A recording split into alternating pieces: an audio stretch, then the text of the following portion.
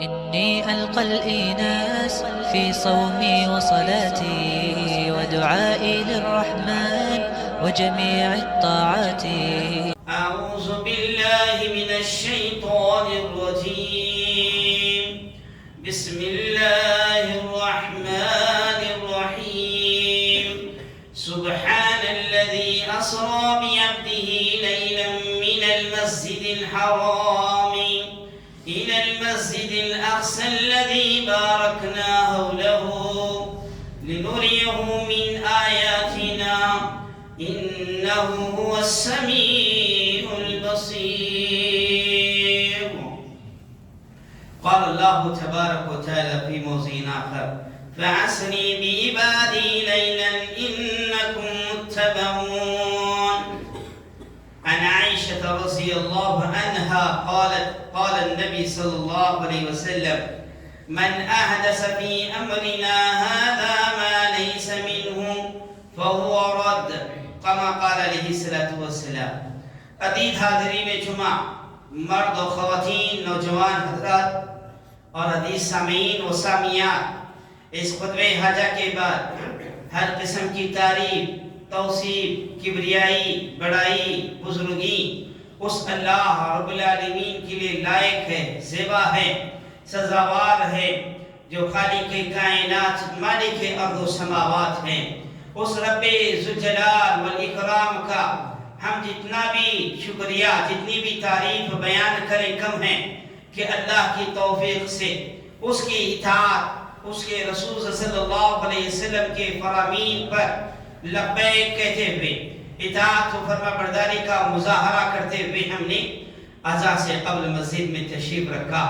یہ ہفتے بھر کی عظیم ترین سعادت اللہ نے ہم سب کو نصیب فرمائی ہے. اس پر اللہ کی تعریف ہے، اللہ کی کبریائی اور اس کی بڑائی ہے. اللہ رب العالمین کی تعریف، اس کی کبریائی اور اس کی بڑائی کے بعد درود و سلام نازل ہو آخری رسول جناب محمد مصطفیٰ صلی اللہ علیہ وسلم پر. اللہم صلی علی اہلہ و صحبہ اجمعین. اس حمد و صلات کے بعد عزیز حاضرین جمعہ، موضوع میں نے وقت کے لحاظ سے میں اور آپ جس مہینے سے گزر رہے ہیں، رجب کی 23 تاریخ ہے آج. کچھ ہی دنوں کے بعد لوگ ایک ایسی چیز کو مناتے ہیں اور یہ سمجھتے ہیں واقعی شریعت اسلامیہ نے ہمیں اس کا حکم دیا ہے، اس کا بجا لانا عین اطاعت و فرما برداری کا حکم ہے. یہ سمجھ کر بہت ساری بدعات و خرافات اور ایسی چیزیں رائج کرتے ہیں جس کا شریعت میں کوئی حکم نہیں ہے. ان باتوں کو آپ سورۃ النساء کی آیت نمبر آپ جو 59 کے تو اس طرح سے جائزہ لینے کی کوشش کریں جس میں اللہ رب العالمین نے فرمایا: یا ایھا الذین آمنوا اطیعوا اللہ واطیعوا الرسول واولو الامر منکم فإن تنازعتم في شيء فردوه إلى الله والرسول إن كنتم تؤمنون بالله واليوم الآخر وذلك خير وأحسن تأويلا. اس آیت کریمہ کے تحت آج کے جمعہ کے خطبے میں ہم سب اسراء اور معراج کی کیا حقیقت ہے. رب ذوالجلال والاکرام نے سورہ اسراء کی ابتدائی پہلی آیت کریمہ جو آپ لوگوں کے روبرو پڑھی گئی ہیں، قرآن و حدیث کی روشنی میں، مفسرین اور سلف صالحین کے اقوال کی روشنی میں اس بات کی حقیقت کو اور اس کے اندر جو باتیں شامل ہیں آج کے جمعہ کے خطبے میں اللہ کی توفیق سے آپ لوگوں کے روبرو اس کی وضاحت کی جائے گی. اللہ تبارک و تعالی ہم سب کو کتاب و سنت کی صحیح ترین باتیں سننے، جاننے اور اس پر عملی جامہ پہنانے کی رب ذوالجلال والاکرام ہم سب کو توفیق عطا فرمائے. آئیے سامعین، اللہ رب العالمین سورہ اسراء میں ایک عظیم ترین معجزے کا اور اپنی نشانیوں کا تذکرہ کرتے ہوئے قرآن کریم میں اللہ رب العالمین نے اس طرح سے ارشاد فرمایا: سبحان الذی اسرا بعبدہ. سبحان الذی، پاک ہے ہر عیب سے، ہر نفس سے اللہ تبارک و تعالیٰ کی ذات اسرا بعبدہ جس نے اپنے بندے کو لیلا رات کے ایک حصے میں رات کے کچھ حصے میں من المسجد الحرام مسجد حرام سے مسجد اقصی تک لے گیا. پھر اللہ رب العالمین نے فرمایا الذی بارکنا حولہ اور ہم نے اس کے اطراف میں ارد گرد میں خیر برکت ہم نے عطا فرمائی اور لنریہ تاکہ ہم دکھائیں من آیاتنا ہماری نشانیاں. بے شک اللہ تبارک و تعالی سننے والا جاننے والا ہے. یہ اس آیت کریمہ کا ترجمہ ہے.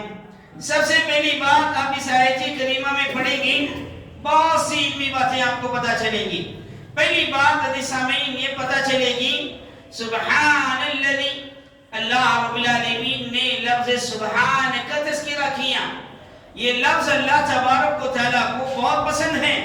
اسی لیے آپ 28واں پارہ پڑھتے جائیں.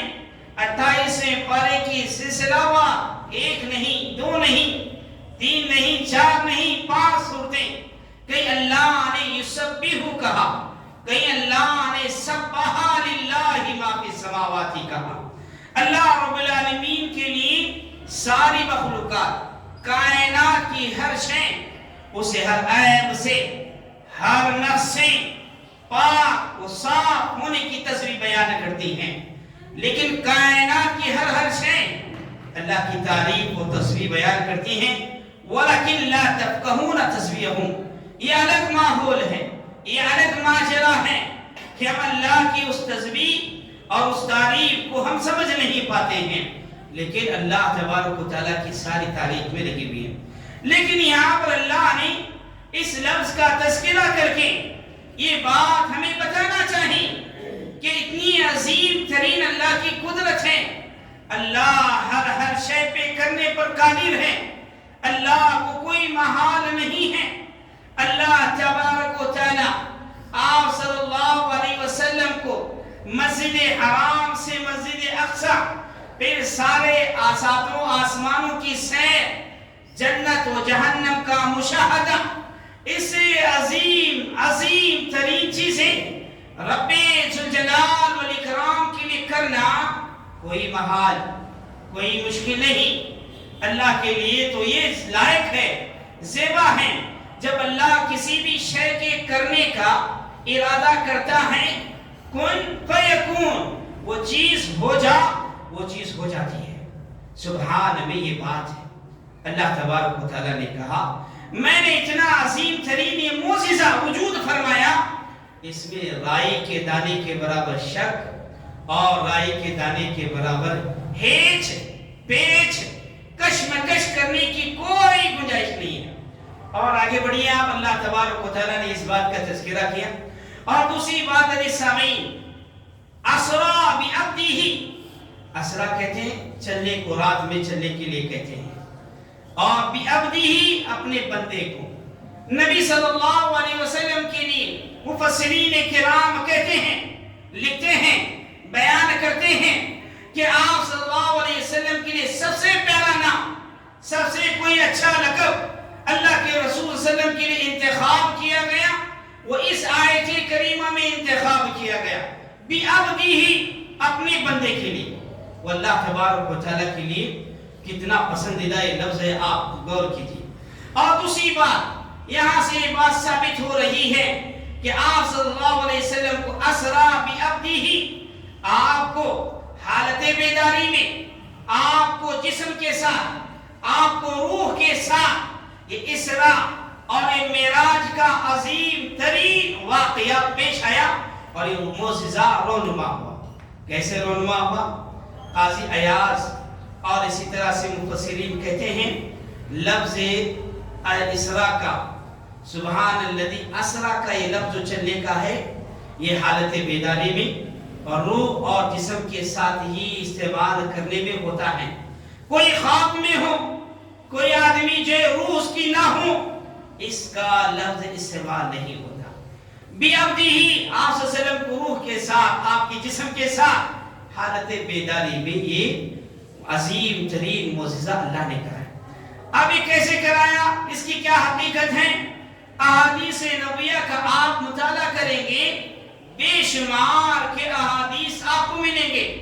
صحیح ترین روایتوں میں بات آتی ہے، آپ صلی اللہ علیہ وسلم ام ہانی رضی اللہ عنہ کے گھر پر تھے، آپ کو وہاں سے سب سے پہلے مسجد حرام لایا گیا، آپ کے سینے کو چاک کیا گیا، سینے سے زیر ناف تک آپ کا سینہ کھولا گیا، زمزم کے پانی سے دھویا گیا، پھر سونے کے چشمے برتن میں رکھا گیا، پھر ویسے ہی آپ کا سینہ جو ہے پھر جس پہلے مقام پر تھا وہاں رکھا گیا۔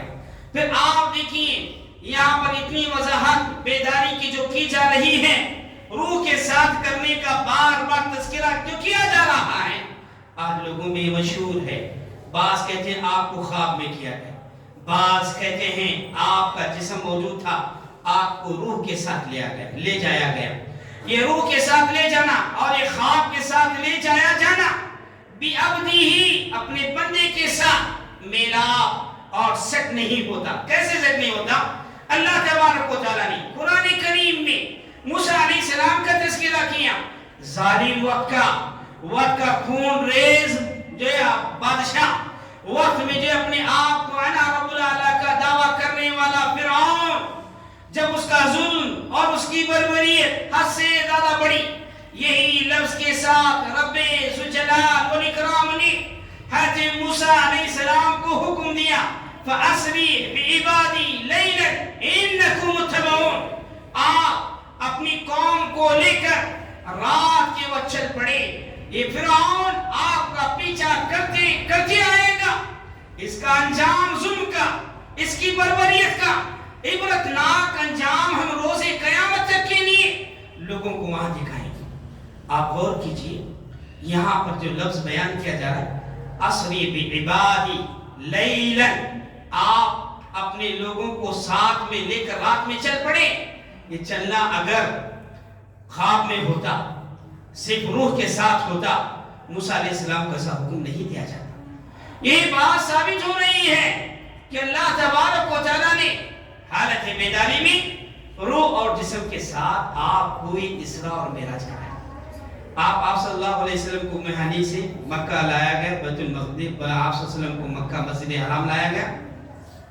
مسجد حرام سے دیکھیے بیت القدس جو فلسطین میں موجود ہے، پرانا نام اس کا ایلا تھا، وہاں سے خانہ کعبہ سے، مکہ سے، مسجد حرام سے فلسطین بیت المقدس کا سفر ایک دن دو دن کا نہیں ہے۔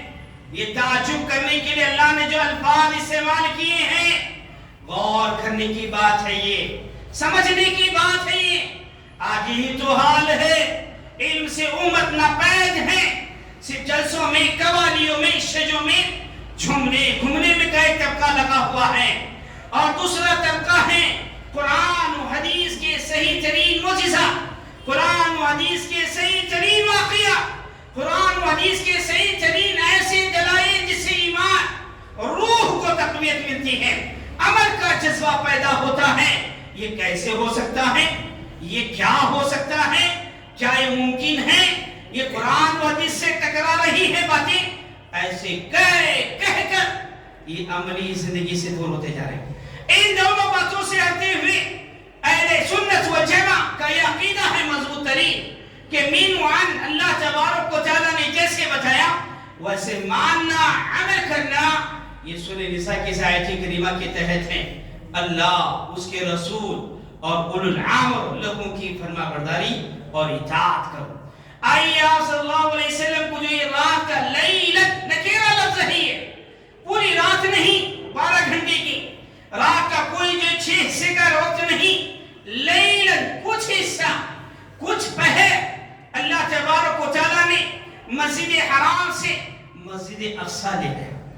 آپ دیکھیں سواری سے اس وقت جو سفر کرتے تھے، اونٹ اور کچھ جو کچھ بھی رہتے تھے سفر کرتے تھے، حدیث سامعین 40 دن کا وقت لگتا تھا۔ کتنا وقت لگتا تھا؟ 40 دن کا وقت لگتا تھا۔ اللہ تبارک و تعالیٰ نے لیلت تھوڑے سے وقت میں آپ صلی اللہ علیہ وسلم کو مسجد حرام سے بیت المقدس اللہ تبارک و تعالیٰ نے لے گیا۔ اب اس پر آپ صلی اللہ علیہ وسلم کو جسم و روح کے ساتھ ہونے پر صحابہ کرام کی، مفسرین کرام کی بہت بڑی جماعت ہے۔ حضرت عبداللہ بن عباس، جابر رضی اللہ عنہ، انس بن مالک رضی اللہ عنہ، حضرت قتادہ رضی اللہ عنہ، سعید بن مسیب، بے شمار کے لوگ ہیں۔ تو آپ اس سے بات واضح ہوئی، آپ صلی اللہ علیہ وسلم کو اتنا عظیم ترین معجزہ بیت المقدس سے پھر ساتوں آسمان پہ لے جانے کا واقعہ آپ کو جسم اور روح اور حالت بیداری میں پیش آئے۔ آپ صلی اللہ علیہ وسلم دیکھیے سامعین، مختلف روایتوں میں مختلف باتیں آتی ہیں۔ میں صحیح ترین ایک روایت ذکر کروں گا آپ لوگوں کے روبرو، جس کو امام بخاری رحمہ اللہ نے اپنے صحیح بخاری میں ذکر کرتے ہیں۔ کہتے ہیں صحیح بخاری شریف میں نبی کریم صلی اللہ علیہ وسلم کو یہاں تک جو گفتگو ہوئی، ام ہانی سے مسجد حرام لایا گیا، پھر وہاں پر آپ پر جو کیفیت ہوئی، آپ صلی اللہ علیہ وسلم کا سینہ چاک کیا گیا، پھر آپ کو پیاس لگی تو آپ کے سامنے شراب اور آپ صلی اللہ علیہ وسلم کے سامنے دودھ پیش کیا گیا۔ آپ نے دودھ کو اختیار کیا تو کہا جبرائیل نے آپ نے فطرت کو اختیار کیا، ورنہ آپ کی قوم بھٹکتے رہ جاتی تھی۔ اب اس کے بعد دیکھیے مختلف روایتوں میں براق نامی سواری، ایک سفید جانور جس کو امام بخاری رحمہ اللہ ذکر کرتے ہیں، انس بن مالک رضی اللہ عنہ، مالک بن سعسع رضی اللہ عنہ بیان کرتے ہیں۔ مالک بن سعسع رضی اللہ عنہ کہتے ہیں اللہ تعالیٰ نے نبی کریم صلی اللہ علیہ وسلم کو اس رات کے بابت جو کچھ بھی بتلایا، معراج کا جو واقعہ پیش آیا، آپ صلی اللہ علیہ وسلم نے حتیم یعنی وہ حصہ جو خانہ کعبہ سے مسجد حرام کے اندر ہے، وہاں پر جو زمانے قدیم میں قریش کی حلال کمائی ختم ہوئی تو انہوں اس کو وہیں پر چھوڑ دیا، وہاں پر تشریف فرما تھے۔ مجھے اس معراج کا سارا واقعہ پیش کیا۔ وہ کہتے ہیں مجھ کو ایک جبرائیل امین آئے، آ کر مجھے لے گئے اور میرا پیٹ کو سینے تک ناف تک چاک کیا، میرا دل باہر نکالا، پھر مجھے جہاں پیسے جگہ پر تھے ویسے ہی مجھے رکھ دیا گیا اور اسے ایمان و حکمت سے بھر دیا گیا۔ پھر ایک سفید جانور لایا گیا جو خچر سے چھوٹا، گدھے سے بڑا تھا، اس پر میں نے اپنا قدم رکھا اور اس کی نکیل، اس کی لگام حضرت جبرائیل علیہ السلام کے ہاتھ میں، فرشتے کے ہاتھ میں تھی۔ ہم دونوں سوار ہو گئے۔ اب یہ سوار ہونے کی کیفیت سے قبل دیکھیے آپ، امام ترمذی رحمہ اللہ ایک روایت لاتے ہیں، ذکر کرتے کہتے ہیں جب آپ صلی اللہ علیہ وسلم اس جانور سفید جانور پر بیٹھے وہ پرے بدکنے لگ گیا، وہ سنبھل نہیں پا رہا تھا۔ جبرائیل نے کہا اے جانور، تیرے اوپر اللہ کی طرف سے روئے زمین کے سب سے محبوب، سب سے عزیز ترین شخص سوار ہیں۔ جبرائیل امین کے الفاظ سننے سے وہ جانور پسینہ پسینہ ہو گیا۔ پھر آپ صلی اللہ علیہ وسلم اس پہ بیٹھے، جبرائیل علیہ السلام اس کی لگام پکڑ کر آپ کو معراج عرج یا رجوع اوپر چڑھنا، ساتواں آسمان پر لے گئے۔ دیکھیں اللہ تبارک و تعالیٰ کا انتظام کس طرح یقین پر مشتمل ہے۔ کوئی ایسی بات نہیں ہے جو ہم کہتے ہیں وہ ہو جائے، ایسا نہیں۔ جبرائیل علیہ السلام آسمان کی سیر کرتے ہیں، پہلے آسمان پر پہنچتے ہیں، آسمان پر پہنچنے کے بعد جبرائیل علیہ السلام دروازہ کھولنے کے لیے کہتے ہیں، پوچھا جاتا ہے کون ہے؟ کہتے ہیں میں جبرائیل ہوں۔ پھر پوچھا جاتا ہے من معاک، آپ کے ساتھ کون ہے؟ کہتے ہیں میرے ساتھ محمد صلی اللہ علیہ وسلم ہے۔ کہتے ہیں کیا آپ کو انہیں یہاں لانے کا حکم دیا گیا تھا؟ ہاں، کہتے ہیں مجھے ان کو یہاں لانے اور بلا کر لانے کا حکم دیا گیا۔ پھر آپ کے لیے کہتے ہیں خوش آمدید، مرحبا، آپ کا نام مبارک ہوں۔ جبرائیل علیہ السلام کے ساتھ آپ صلی اللہ علیہ وسلم پہلے آسمان پر جاتے، دروازہ کھول دیا جاتا ہے، وہاں پر قدم رکھنے کے بعد اور آپ صلی اللہ علیہ وسلم دیکھتے ہیں سب سے پہلے وہاں پر ہمارے باپ آدم علیہ السلام نظر آتے ہیں۔ جبرائیل علیہ السلام کہتے ہیں یہ آدم علیہ السلام ہیں، انہیں سلام کیجیے۔ آپ صلی اللہ علیہ وسلم انہیں سلام کہتے ہیں، سلام کا جواب دیتے ہیں اور کہتے ہیں جبرائیل علیہ السلام اور آپ صلی اللہ علیہ وسلم کو حضرت آدم علیہ السلام تمہارا آنا خوش ہو، اے محمد صلی اللہ علیہ وسلم تم نیک بیٹے ہو اور نیک پیغمبر ہو۔ پھر جبرائیل علیہ السلام آپ کو دوسرے آسمان پر بھی لے جاتے ہیں۔ پھر یہی سوال ہوتا ہے حدیث سامعین، آپ کون ہیں؟ آپ کے ساتھ کون ہیں؟ کیا آپ کو لانے کا حکم دیا گیا؟ پھر آپ کو آسمان کا دروازہ، دوسرے آسمان کا دروازہ کھول دیا جاتا ہے، آپ کے لیے مرحبا کہا جاتا ہے، اندر داخل ہوتے ہیں دوسرے آسمان پر، وہاں پر یحییٰ علیہ السلام اور عیسیٰ علیہ السلام دونوں موجود ہیں، دونوں خالہ زاد جو بھائی ہیں، حضرت عیسیٰ علیہ السلام، حضرت یحییٰ علیہ السلام، یہ دونوں آپس میں خالہ زاد بھائی ہیں، دونوں کا آپ صلی اللہ علیہ وسلم سلام کرتے ہیں، سلام کا جواب ہوتا ہے، ان دونوں کے الفاظ ہوتے ہیں، آپ جو ہمارے برادر صالح نیک بھائی ہیں اور نیک پیغمبر ہیں۔ پھر جبرائیل علیہ السلام آپ صلی اللہ علیہ وسلم کو لے کر تیسرے آسمان پر چڑھ جاتے ہیں، دروازہ کھولنے کو کہا جاتا ہے، پھر وہی جو کیفیت پہلے آسمان پر ہو رہی ہے وہ اب تیسرے آسمان پر بھی ہوتی ہے۔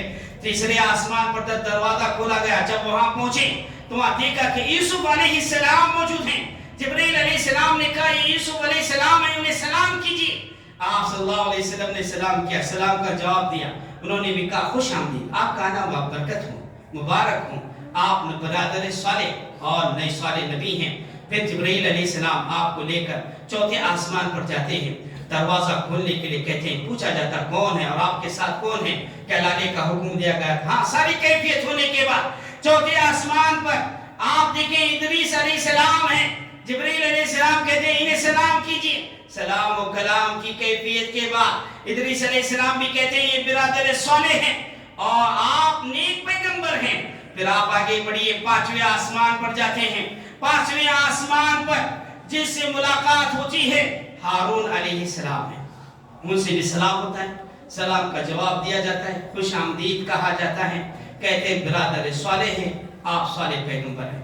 آپ دیکھیے ساتویں آسمان، چھٹے آسمان پر آپ صلی اللہ علیہ وسلم کے لیے دروازہ کھولا جاتا ہے، آپ صلی اللہ علیہ وسلم سلام کلام کے بعد آپ کو خوش آمدید کہنے کے بعد وہاں پر موسیٰ علیہ السلام سے ملاقات ہوتی ہے، موسیٰ علیہ السلام سے ملاقات ہونے کے بعد سلام کلام ہونے کے بعد وہاں جواب دیا دینے کے بعد آپ برادر صالح ہیں، نیک صالح کے بیٹے ہیں، آپ صالح پیغمبر ہیں۔ موسیٰ علیہ السلام تھوڑا آگے کیا بڑھنے کے بعد رونے لگتے ہیں، آپ صلی اللہ علیہ وسلم پوچھتے ہیں آپ جلیل القدر پیغمبر ہیں، آپ کی متبعین اور آپ بڑے بڑے قوموں کے لیے نبی بنا کر بھیجے، آپ کیوں رو رہے ہیں؟ آپ صلی اللہ علیہ وسلم کو موسیٰ علیہ السلام جواب دیتے ہیں میں دیکھ رہا ہوں میرے بعد ایک ایسا لڑکا آیا نبی بن کر جو میرے بعد مبعوث کیا گیا، لیکن قیامت کے روز میں کیا دیکھ رہا ہوں، ان کی جماعت، ان کی جو تعداد اطاعت و فرما برداری کرنے والے میرے سے کہیں زیادہ ہیں، آپ کے متبعین پر، آپ کے پیروکاروں پر مجھے کیفیت لائق ہے۔ پھر اس بات حدیث میں ساتویں آسمان پر آپ صلی اللہ علیہ وسلم کو لے جایا جاتا ہے، آپ کے لیے دروازے کھولے جاتے ہیں، سلام کے بعد، سلام کے جواب کے بعد، خوش آمدید کے بعد جلیل القدر پیغمبر امام الانبیاء حضرت ابراہیم علیہ السلام سے ملاقات ہوتی ہے، کہتے ہیں جبرائیل علیہ السلام یہ آپ کے باپ ہیں، انہیں سلام کریں، انہیں سلام کیا، انہوں نے جواب دیا، خوش آمدید کا، نیک بیٹے، نیک پیغمبر۔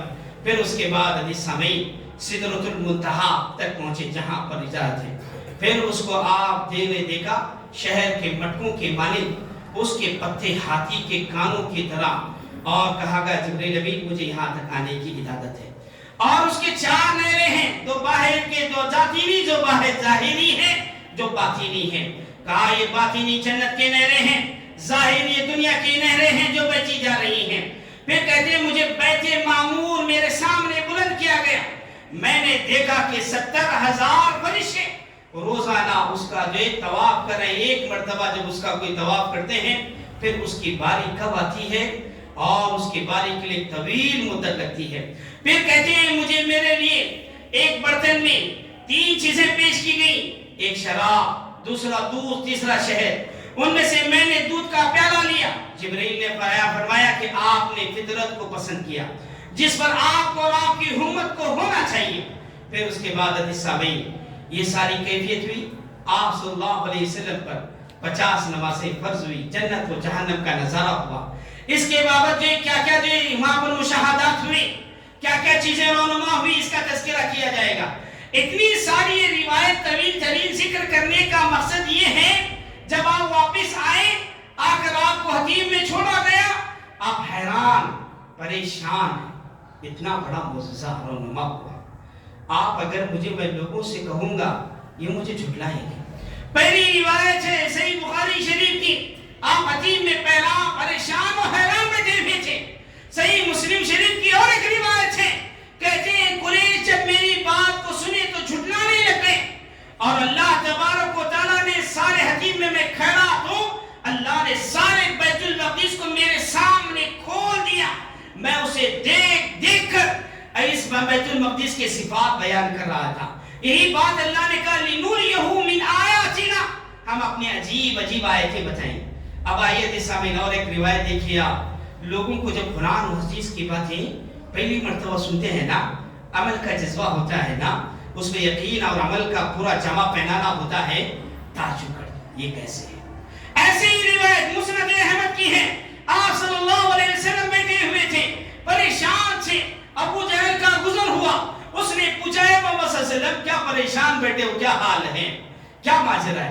انہوں نے کہا، آپ صلی اللہ علیہ وسلم نے ابو جہل کا جواب دیتے ہوئے کہا، مجھے سیر کرائی گئی، مجھے مسجد حرام سے اقصی سے ساتوں آسمان کی سیر کرائی گئی۔ ابو جہل نے کہا میں یہ بات دوسرے لوگوں کو کہوں، میرے قریش کو؟ ابو جہل نے اعلان کیا، عرب کا یہ اعلان تھا، اس نے جو اپنے قبیلے میں لولو بن کعب ایسے سارے لوگوں کو آواز دے کر بلایا۔ اب سارے لوگ اکٹھا ہو گئے، سارے لوگ جمع ہو گئے۔ آپ صلی اللہ علیہ وسلم نے جب اسراء اور معراج کا تذکرہ کیا، سب لوگ پریشان ہو کر آپ سے پوچھنے لگے، ہم آپ سے کہتے ہیں یہ تو 40 دن کا سفر آپ نے مسجد حرام سے مسجد اقصی کا طے کیا، اور اس مسجد اقصی کے ہم بھی اوصاف جانتے ہیں، آپ بتائیے۔ آپ سے سوال کرنے لگ گئے، آپ روح بروح اس کے صفات، اس کے بارے میں جو کچھ بھی معلومات ہے لوگوں کو دینے لگ گئے۔ حدیث سامعین یہ مکی صورت ہے، مکی صورت کے بعد آپ کو مدینہ کا رخ کرنا ہے۔ اللہ نے ایسی عظیم معجزے بتائے کہ کفار مکہ ابھی تعجب میں پڑے ہوئے ہیں، انہیں چاہیے تھا کہ میری ان آیتوں پر ایمان لے آئے۔ حدیث سامعین سارے صفات بیان کرنے کے بعد لوگوں کی کیفیت دیکھیے، جب اچھائی حق معلوم ہوتا ہے نا، اس کے خیالات نظریات کے مطابق کوئی بات ہوتی ہے، لوگوں کی خوشی کا حال نہیں ہے۔ بعض لوگ سیٹیاں مارنے لگ گئے، بعض لوگ تالیاں مارنے لگ گئے۔ اے محمد صلی اللہ علیہ وسلم، آپ نے روح بروح یہ باتیں آپ نے صحیح بتائی۔ ارے سامعین، یہ باتیں ثابت تھی آپ لوگوں کے سامنے سورہ اسراء کی ایک آیت کریمہ کا ایک خلاصہ تھا جو آپ لوگوں کے روبرو مختصر انداز میں پیش کیا گیا۔ اب آئیے سامعین، ہمارے درمیان ایک شدید ترین مسئلہ ہے۔ وہ کیا مسئلہ ہے جو نساء کی سورہ نساء کی آیت کریمہ اس زمن میں آپ لوگوں کے سامنے پڑھی گئی ہے؟ اللہ نے بہت پیارا پیغام دیا، زندگی میں کبھی بھی اس آیت کریمہ کو مد نظر رکھیے۔ ہم زندگی میں کہیں پر بھی جو تکلیف، پریشانی، لڑائی جھگڑے، ٹینشن کو سالوں سال لے کر نہیں بیٹھ سکتے۔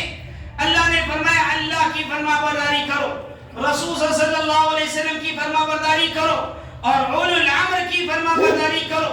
فَإِن تَنَازَعْتُمْ فِي شَيْءٍ، کسی بھی چیز میں، کپڑے پہننے میں، کھانے میں، نماز میں، روزے میں، زکوٰۃ میں، ایک اللہ کی وحدانیت میں تمہیں اختلاف ہو جائے، فَرُدُّوهُ إِلَى اللَّهِ، اس معاملے کو اللہ کی طرف لوٹائیں، اللہ کی قرآن کی طرف آئیے، رسول صلی اللہ علیہ وسلم کی طرف آئیے۔ کون کام کرتے ہیں یہ سب؟ کافر نہیں کرتے، یہود و نصارہ نہیں کرتے۔ إِن كُنتُمْ تُؤْمِنُونَ بِاللَّهِ، اگر تم ایمان والے ہو اللہ پر اور آخرت کے دن پر ایمان رکھتے ہو، اور اللہ تبارک و تعالیٰ نے کہا یہ کام سب سے بہتر اور افضل ترین کام ہے۔ ایسے ہی لوگ جو ہے 27 رجب کو شب معراج کے نام رات جاگنا، نمازیں پڑھنا، قیام کرنا، صبح میں اٹھ کر روزہ رکھنا، باعث اجر و ثواب سمجھتے ہیں۔ اس آیت کریمہ کے تحت اس حکم کو ہم لوٹائیں گے نا، تو آپ کو یہ بات روزن روشن کی طرح واضح ہو جائے گی کہ شب معراج آپ کو 27 رجب میں ہرگز نہیں کیا کرائی گئی۔ کسی نے بھی قطعی طور پر، یقینی طور پر نہیں کہا۔ آئیے سامعین، امام ابن حجر رحمہ اللہ صحیح بخاری شریف امام بخاری مولا لکھ کر گئے، روئے زمین پر سمجھنا ایک بوجھ تھا. کوئی بھی چیز، کوئی بھی فارمولا، دوا ہو، گھر ہو، مکان ہو، لباس ہو، اسے پہننا، سمجھنا، ہضم کرنا بھی ایک بہت بڑی چیز ہے. امام بخاری رحمہ اللہ کتاب لکھ کر گئے، روئے زمین پر بوجھ تھا. مفسرین محدثین کہتے ہیں امام ابن حجر رحمہ اللہ نے اس کو سمجھ کر 30 جلدوں میں، جی ہاں دیکھیے آپ سامنے لکھی ہوئی ہے، 30 جلدوں میں اس کی وضاحت کی. کہتے ہیں انہوں نے 10 سے بھی زیادہ اقوال ذکر کیے شب معراج کے. کہا کہ آپ کو ہجرت کے 10ویں سال یہ جو شب معراج کے آپ کو معراج کرائی گئی. اور دوسرا قول انہوں نے کہا آپ کو مدینہ سے مکہ جانے سے 8 مہینے قبل 12 نبوت میں کرائی گئی. تیسرا قول کہا 6 مہینے قبل آپ کو ہجرت مدینہ سے مکہ کی طرف جانے سے قبل کرائی گئی. چوتھا قول انہوں نے کہا کہ آپ کو 11 مہینے قبل مدینہ سے مکہ ہجرت کرنے سے 12 نبوت میں کرائی گئی. اور دیکھیے کسی نے کہا کہ آپ کو 12 نبوت کے 12ویں سال میں کرائی گئی، کسی نے کہا 13 نبوت میں، کسی نے کہا آپ صلی اللہ علیہ وسلم کو 11 نبوت میں. اس طرح سے اس کی تاریخ مہینہ متعین ہے. آپ کو یہ پتہ چلا کہ آپ کو ایک سال 6 مہینے 8 مہینے، کسی نے 11 نبوت، کسی نے 12، کسی نے 13 کا. اس میں سال کا اور تاریخ کا کوئی تعین نہیں. اسی طرح سے مہینے کا بھی تعین نہیں. کسی نے کہا کہ ماہ رجب میں کرائی گئی، کسی نے کہا کہ ماہ رمضان میں کرائی گئی، کسی نے کہا کہ ماہ محرم میں کرائی گئی. جس طرح سے مہینے کا، جس طرح سے سال کا، تاریخ کا شدید اختلاف ہے، ویسے ہی اس چیز کا منانا ہمارے لیے باعث خیر اور باعث اطاعت و فرمانبرداری نہیں ہے. صفی الرحمن مبارک پوری الرحیق و مکتوم لکھتے ہیں، انہوں نے 10ویں سال کی جو ذکر کی بات کہ آپ صلی اللہ علیہ وسلم کو 27 رجب کو اسراء و معراج کرایا گیا. پھر انہوں نے اس بات کی تائید علامہ منصور پوری کے قول سے ذکر کیا گیا، اما خدیجہ رضی اللہ عنہ کی وفات نماز سے فرض ہونے سے پہلے ہوتی ہے. اگر جب ہم اس کو 27 رجب جوڑیں گے تو ان کے پہلے کا زمانہ معلوم ہوتا ہے. اس اعتبار سے یہ تاریخ بھی متعین کرنا نامناسب ہے. یہ اختلاف اور اس آیت کریمہ کے تحت، حدیث شریفہ کے تحت اتنی باتیں سمجھ میں آئیں. اب آئیے سامعین، بالفرض آپ یقین بھی کر لیں، چلیے 27 رجب کو شب معراج ہے، تو آپ دیکھیے نبی صلی اللہ علیہ وسلم کا عمل کیا ہے، صحابہ کرام کا کیا عمل ہے. میں آخری بات شیخ بن باز رحمہ اللہ کی جو ذکر کر کے، شیخ بن باز رحمہ اللہ نے ایک بہت بڑا فتویٰ دیا، اس کا ایک اقتباس، اس کا ایک پیراگراف ذکر کر کے کہتا ہوں. اگر یہ کوئی شب معراج واقعی ہوتی، یقینی طور پر ہم اس کو 27 رجب کے مہینے میں مانیں گے، تو آپ دیکھیے نبی صلی اللہ علیہ وسلم اس کے بعد بحیات رہے، کبھی نہ آپ نے منایا. نبی کریم صلی اللہ علیہ وسلم کے بعد صحابہ کرام کا زمانہ تھا، کبھی نہیں منایا. کیوں نہیں؟ آپ صلی اللہ علیہ وسلم امت کے لیے سب سے خیر خواہ، سب کے لیے آپ کو جو رسالت دی گئی آپ اس کے امین تھے. بلغ ما انزل الیک، جو آپ پر نازل کیا گیا ہے واضح طور پر آپ اسے لوگوں کو بتائیں. اگر آپ نے قولی طور پر کہہ کر، فعلی طور پر کر کر آپ نے نہ بتایا، نعوذ باللہ آپ اپنی رسالت میں قائم ہوتے، آپ خیر خواہ نہیں ہوتے. آپ نے نہیں بتایا، آپ نے نہیں کیا، مطلب یہ ہے اس کا کوئی وجود نہیں. اور صحابہ کرام آپ کی باتوں کو سننے والے، سمجھنے والے، جن کے بارے میں اللہ تبارک و تعالیٰ نے فرمایا فَإِنْ آمَنُوا بِمِثْلِ مَا آمَنْتُمْ بِهِ فَقَدِ اهْتَدَوْا، اگر تم صحابہ کرام جیسا ایمان لاؤ گے، عمل کرو گے، پیروی کرو گے، تو ہدایت پر آ جاؤ گے. ہدایت پہ رہنے والے لوگوں کی گواہی رب ذوالجلال والاکرام دے رہا ہے. ان کی زندگیاں کھوگلیاں کٹا لی، نہ تو شب معراج کا تذکرہ، نہ قیام کا، نماز کا تذکرہ، نہ صبح میں روزے کا تذکرہ، نہ آتش بازی کا تذکرہ، نہ شراکت کا تذکرہ. بہترین عمل وہی ہے سامعین جو حدیث ہے اللہ کے رسول صلی اللہ علیہ وسلم کی سنی. اللہ کے رسول نے فرمایا جس نے من عمل عملا، کوئی بھی کام کیا اپنی زندگی میں جس پر اللہ اور اس کے رسول کی مہر نہیں ہے، وہ مردود ہے، رد کیا ہوا ہے. اور اللہ کے رسول صلی اللہ علیہ وسلم کی دوسری حدیث ہے جس نے دین میں کوئی بھی ایسا کام ثواب اجر اور جو کامیابی ہے اچھا ہے خیر سمجھ کر ایجاد کیا فَهُوَ رَدٌّ وَمَرْدُودٌ ہے۔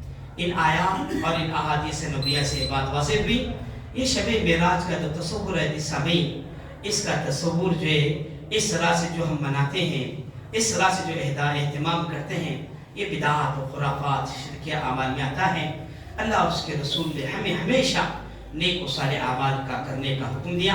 اللہ ان تمام تعلیمات سے کتاب و سنت کی صحیح ترین باتیں سننے سمجھنے اور اس پر عمل پیرا ہونے کی توفیق عطا فرمائے۔ اللہ ہم سب کو بدعات خرافات شرکیہ اعمال سے محفوظ رکھے۔ بارک اللہ فی القرآن المجید و نفعنی ایاکم بالآیات و ذکر